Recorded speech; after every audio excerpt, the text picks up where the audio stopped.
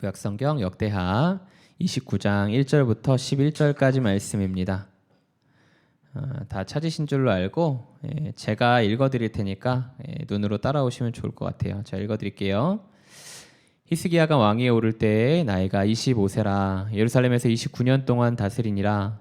그의 어머니의 이름은 아비야요 스가랴의 딸이더라.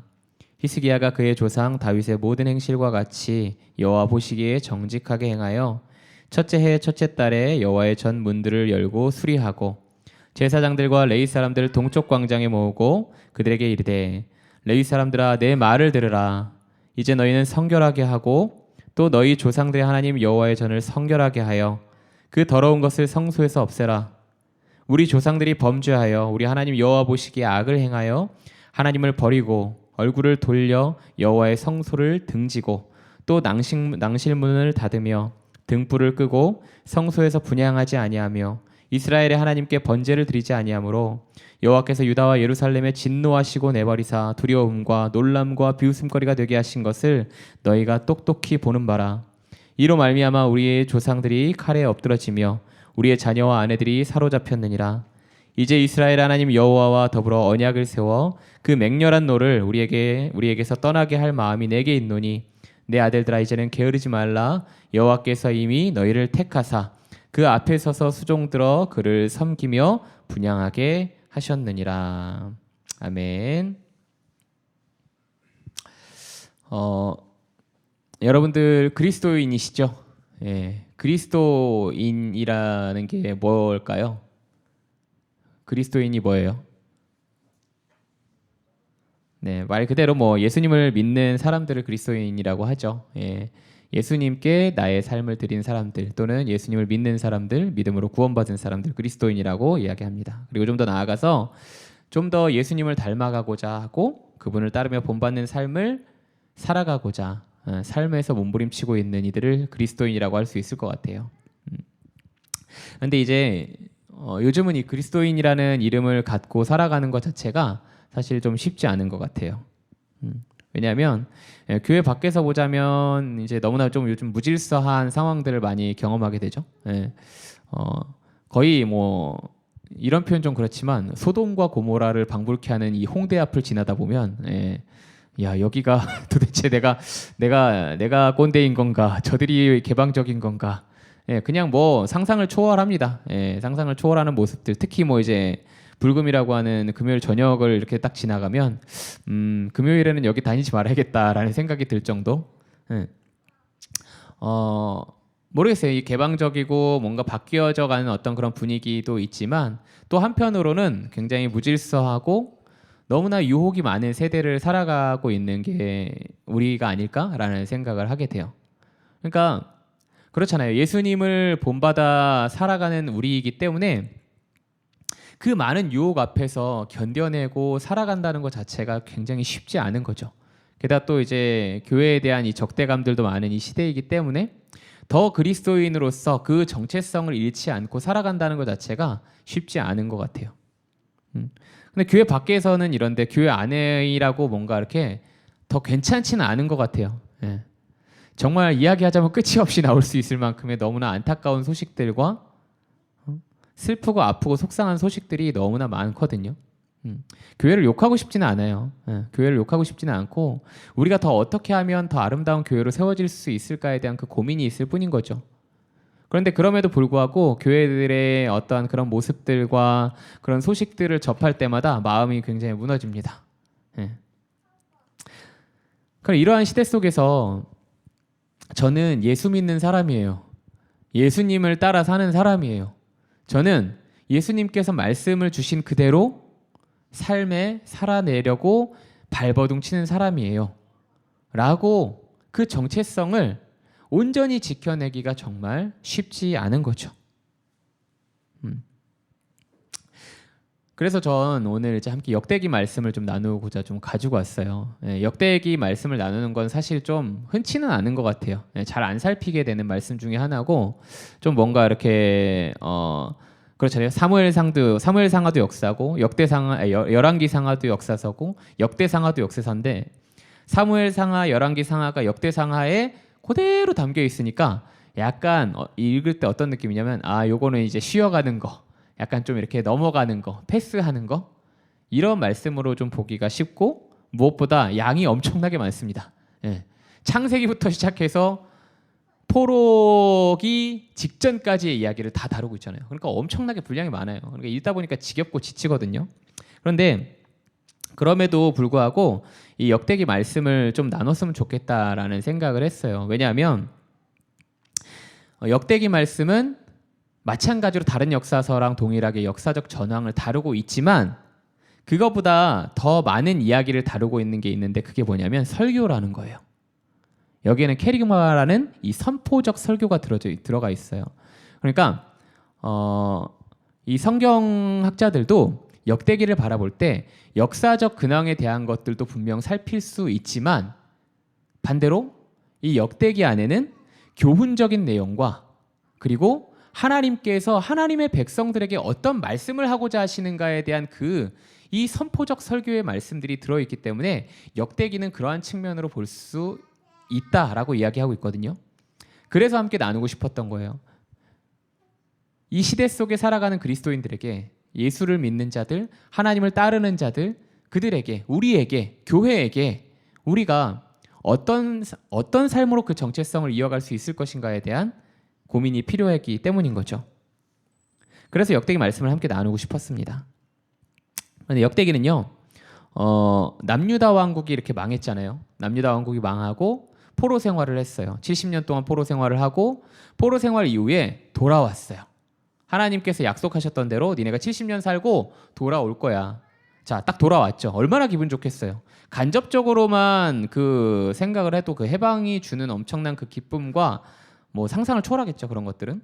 자, 그런데 중요한 건 뭐냐면 이 역대기가 이 쓰여질 당시는 그들에게 이 말씀이 필요할 수밖에 없는 시기였어요. 왜 필요했을까요?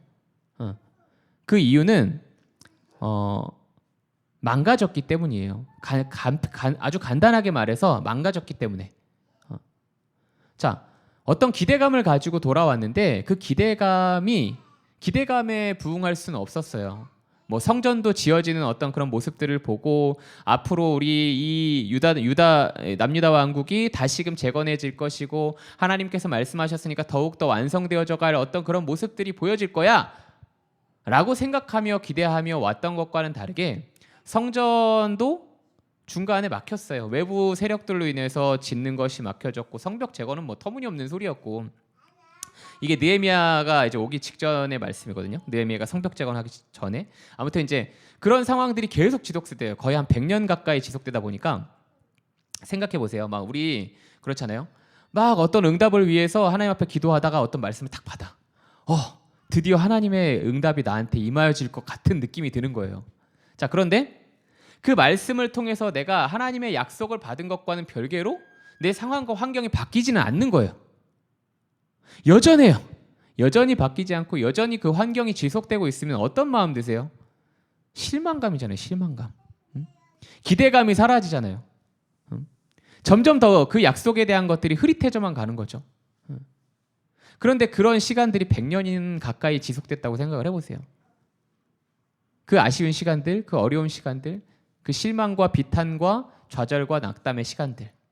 오히려 반대로 유다 왕국이 강해질 거다, 재건될 거다라고 했던 하나님의 말씀이 어디로 갔는지 알 수 없을 정도로 주변 국가가 더 강성해집니다.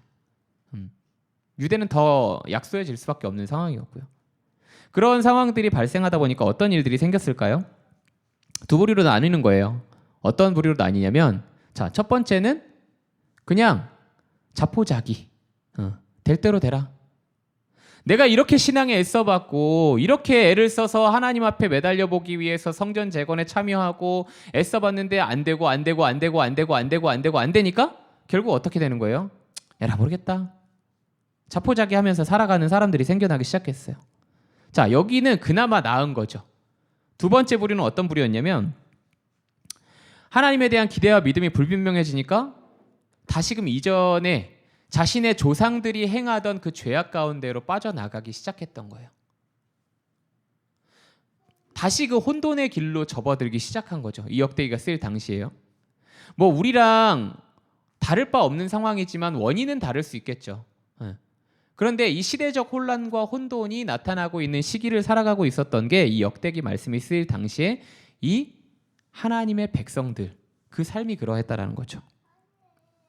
그러한 시대 속에서 이 역대기 말씀은요 교훈을 주고 있어요. 뭐냐면 자 봐라 이러한 역사들을 통해서 하나님이 우리 가운데 어떻게 역사하셨고 이러한 역사들을 행하였을 때 어떻게 우리나라가 흥했고 이러한 역사들을 행했을 때 어떻게 우리나라가 망했는가. 그 흥망성쇠에 대한 그 이야기, 그 교훈, 그 지침서와 같은 한마디로 얘기하면 내비게이션이죠. 그 시대를 살아갈 수 있는 그 지침서, 이 내비게이션과 같은 역대기를 하나님께서 이 시기에 무너져가고 있었던 그 시기에 주셨다는 거예요. 왜? 길잡이가 될 수 있기를 위해서. 그리고 그 교훈의 말씀이 우리한테 전달된 거죠. 그렇다면 점점 더 어두워져가는 이 시대 속에서 우리는 어떻게 살아가야 우리의 정체성을 지키며 살아갈 수 있을 것인가? 우리가 어떻게 해야 변질되지 않는 그 삶으로 나아갈 수 있을 것인가? 오늘 히스기야의 이야기를 통해서 좀 나눠보고자 합니다. 5절 말씀 한번 함께 읽어볼까요? 오늘 본문 5절 말씀입니다. 함께 읽겠습니다. 시작. 그들에게 이르되 레위 사람들아 내 말을 들으라. 이제 너희는 성결하게 하고 또 너희 조상들의 하나님 여호와의 전을 성결하게 하여 그 더러운 것을 성소에서 없애라. 자, 오늘 함께 나눌 가장 중요한 키워드는 뭐냐면 성결함이에요. 성결함. 우리가 이 땅 가운데에서 하나님의 백성으로서 살아갈 수 있는 가장 중요한 핵심적인 그 시작이 무엇으로부터 시작된다라고 얘기하고 있나요? 바로 성결함이라는 거죠. 말씀에서 살펴봤던 이 히스기야 왕은요 역대기에서 다윗과 솔로몬 다음으로 비중이 가장 크게 등장해요. 왜냐하면 그때 당시에도 굉장히 개념이 생소할 수 있는 행적을 벌였던 게 히스기야거든요. 그게 뭐냐면 바로 종교개혁이에요. 망해가는 시대, 그 망해가는 시대 속에서 어떻게 하면 우리가 다시금 하나님의 백성들로 살아갈 수 있겠습니까?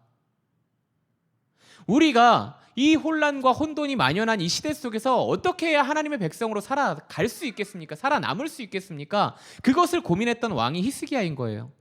시대가 얼마나 악했는 줄 아세요?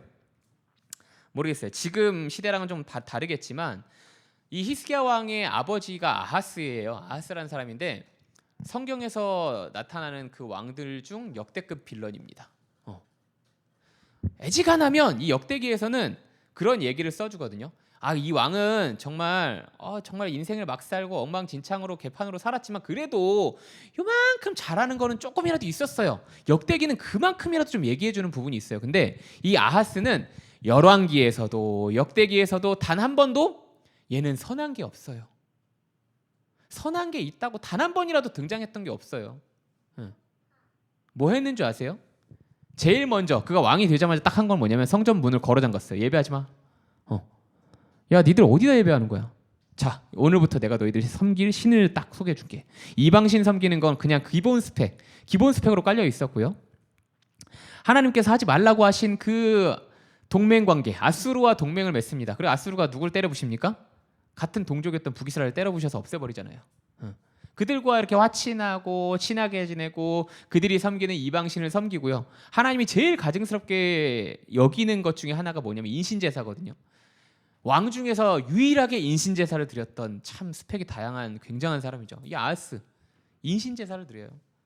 자, 왕이 이 모양인데 나라는 어떻겠어요? 개판이죠. 나라는 개판입니다. 그런데 참 신기한 건 뭐냐면 그런 아버지 밑에서 이런 아들이 나왔다는 것 자체가 참 신기하죠. 그죠? 아버지와는 전혀 다른 아들 이 히스기야가 왕이 됩니다. 그리고 히스기야는 하나님 앞에 이런 평가를 받거든요. 여호와 보시기에 정직을 행하는 자. 왜 이런 평가를 받게 되었을까요? 아까 말씀드렸잖아요. 개혁. 때려부시고 다시 세우겠다라는 게 아니라 다시 이전의 것으로 돌아가겠다. 다시 우리가 하나님 앞으로 돌아가야 합니다. 이러한 시대 속에서 우리가 그 정체성을 잃어버린 그 시대 속에서 그럼에도 불구하고 우리가 다시 하나님의 곁으로 나아가야 합니다. 라고 외쳤던 그리고 행했던 왕이기 때문에 하나님께서 이 왕을 바라보시면서 이야기하셨던 게 뭐예요? 여호와 보시기에 정직을 행한 자. 히스기야가 왕이 되자 제일 먼저 행했던 게 뭐냐면 바로 하나님과 깨어졌던 관계를 회복하는 것이었습니다. 그리고 그 첫 번째가 바로 이 성결함 가운데로 나아가야 한다. 우리가 다시금 우리를 깨끗게 해야 한다라고 선포하며 모든 백성들에게 같이 실천으로 행했던 사람이 이 히스기야 왕이었던 거예요.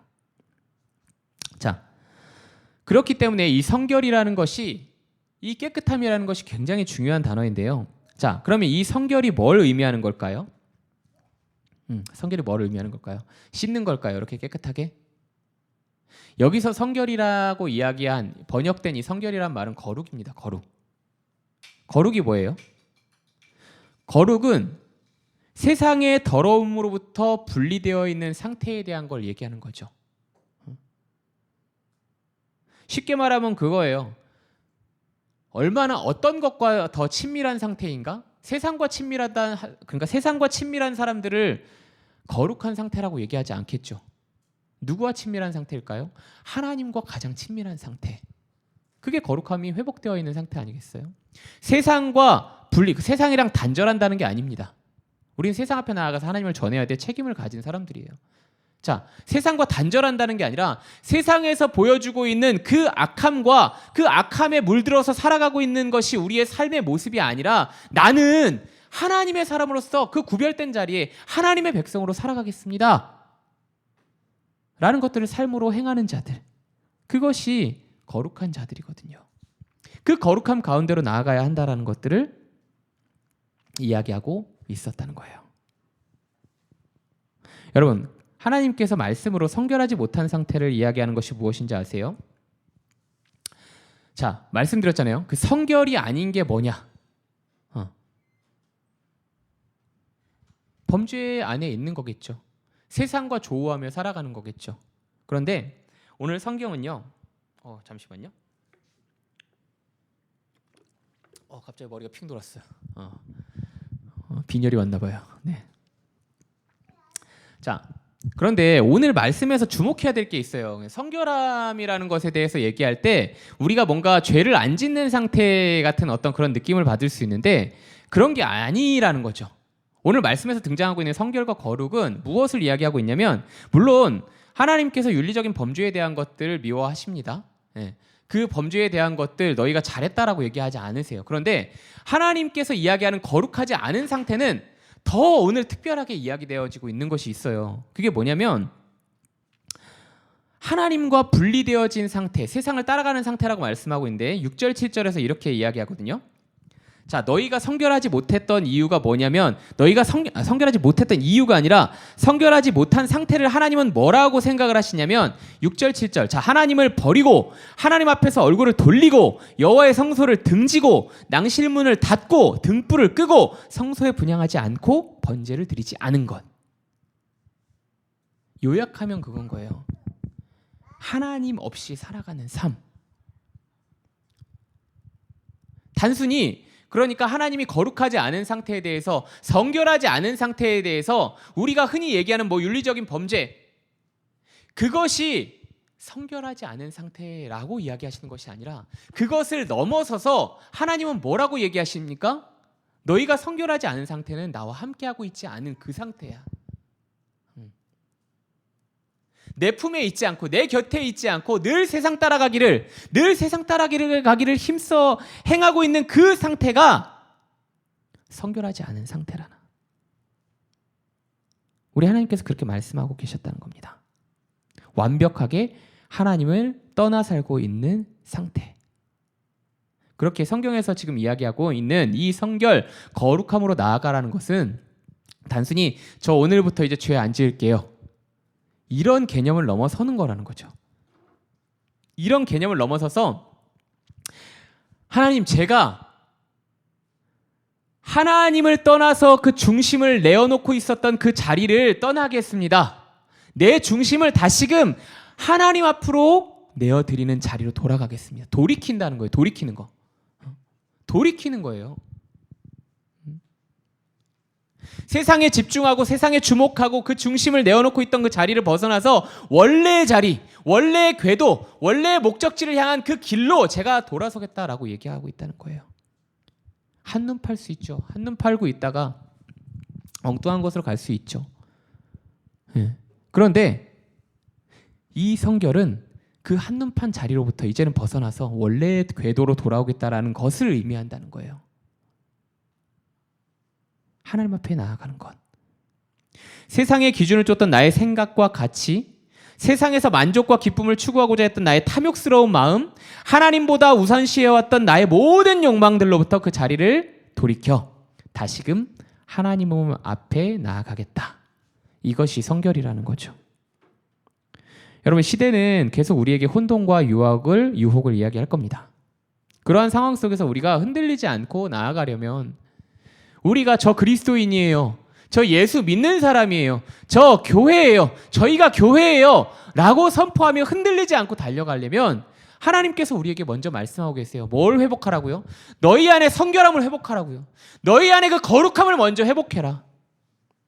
네가 도대체 바라보고 있는 것이 무엇이냐? 네가 세상 속에서 무엇을 바라보며 살아가고 있냐? 네 중심에 도대체 나 아닌 무엇이 자리하고 있느냐? 그 자리를 벗어나서 내게로 돌아오거라. 원래 네가 있어야 할 그 자리로 나아오너라. 우리 하나님께서는 오늘 이 말씀을 통해서 우리에게 강력하게 선언하고 계신다는 겁니다. 사랑하는 여러분, 더벅교회뿐만 아니라 모든 교회와 모든 성도 여러분들께 말씀드리고 싶어요. 여러분, 우리가 더럽기 때문에 하나님께서 성결하라고 말씀하시는 것이 아닙니다. 우리가 뭐 때문에 깨끗해졌어요? 우리가 예수 그리스도의 보혈로 깨끗해진 자들이에요. 하나님께서 우리에게 말씀하시는 성결은요, 야, 너 왜 이렇게 더럽게 살아? 너 왜 그렇게 살아? 너 왜 인생 속에서 그렇게 살아? 너 왜 그래? 너 왜 죄지어? 안 되겠다, 너 좀 씻어야겠다. 이런 의미로서 말씀하고 계시는 것이 전혀 아니거든요. 왜 하나님께서 이토록 간절하, 역대기에서 계속 나와요.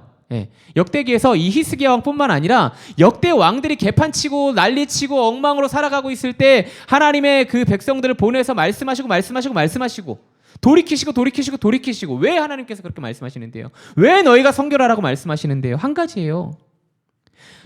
우리의 정체성, 우리의 회복은 하나님과의 관계가 회복될 때 그때서부터 비로소 시작이 되어질 수밖에 없기 때문에 하나님께서 우리에게 늘 이렇게 말씀하신다는 겁니다. 하나님의 관심은 한 가지밖에 없다는 거예요. 우리의 회복이요. 교회의 회복이요. 교회가 다시금 하나님 앞에 나와 그 영적 본질을 회복하고, 그리스도인들이 다시금 하나님 앞에 나와 영적 본질을 회복하고 하나님으로 말미암아 참된 기쁨과 화평을 누리기를 원하시는 것이, 그것이 우리 아버지의 마음이라는 거예요. 제가 아빠가 돼 보니까 알겠더라고요. 잘못할 수 있잖아요. 요즘 시우랑 저랑 이제 계속 밀당하거든요. 예, 막 밀당해요. 저희 아내가 딱 보면서 무슨 얘기하냐면, 진짜 유치해. 초딩 둘이 싸우는 것 같다고 막 이렇게 얘기하거든요. 시우가 잘못했을 때 제가 막 이렇게 다그치기도 하고 뭔가 이렇게 제가 뭐 잘못해봐야 뭐 얼마나 많은 것들을 잘못하겠어요, 그죠? 그러니까 근데 제가 시우한테 말하는 건 한 가지거든요. 얘가 범죄를 저질렀기 때문에 돌아와라고 얘기하는 게 아니라는 거예요. 제가 저희 아들한테 계속 이 밀당 아닌 밀당을 하는 이유는 얘가 그 위험 가운데 나아가지를 않았으면 좋기 때문에 그래서 말하는 거거든요. 시우야, 너 이거 위험해. 지금 말고. 위험해. 다칠 수 있어. 어려울 거야. 안 돼. 라고 이야기할 수밖에 없는 아빠의 마음은요, 결국 하나였어요. 이 아이가 건강하게 자랄 수 있기를 원하는 그 마음. 이 아이가 조금 더 아름답게 성장할 수 있기를 원하는 마음. 다치지 않기를 원하는 마음. 아프지 않기를 원하는 마음. 그것이 우리 하나님의 마음 아니실까요? 죄짓지 말아야지, 깨끗해져야지, 그게 아니라 나는 네가 내 품 안에서 더 완전해지길 원한다. 나는 나의 교회가 내 품 안에서 더 완전해지길 원한다. 그 하나님의 고백이 담긴 역대기 말씀을 통해서 우리 그리스도인들과 우리 더벅교회, 그리고 하나님께서 세워가시는 그 모든 교회들이 다시금 하나님 앞으로 돌이킬 수 있기를 간절히 소원한다는 거예요. 아까 찬양했잖아요. 저 이 찬양 되게 좋아하거든요. 예배하는 이 세대가 다시 일어나 그 부흥의 자리로 나아가기를 꿈꾸는 마음이잖아요. 이 찬양을 작곡하시고 작사하신 이 목사님께서 그런 마음으로 쓰시지 않으셨을까요? 이 무너져가는 세대 속에서 다시금 우리가 일어나기를 원하는 마음, 이 무너져가는 이 황폐해져가는 이 시대 속에서 우리가 그 교회로서 다시금 일어나고 우리가 그 그리스도인으로서 다시금 일어나기를 원하는 그 마음, 그 하나님의 마음을 전달하고자 이 찬양을 써 내려가지 않았을까 싶어요. 이 찬양의 고백이 우리의 고백이 되기를 원합니다. 무너져가는 이 시대 속에서 내가 다시금 하나의 교회로 그 마음으로 드리는 그 예배로 저희가 나아갈 수 있기를 원합니다. 그리고 그러한 우리 더복교회가 될 수 있기를 간절히 소원합니다.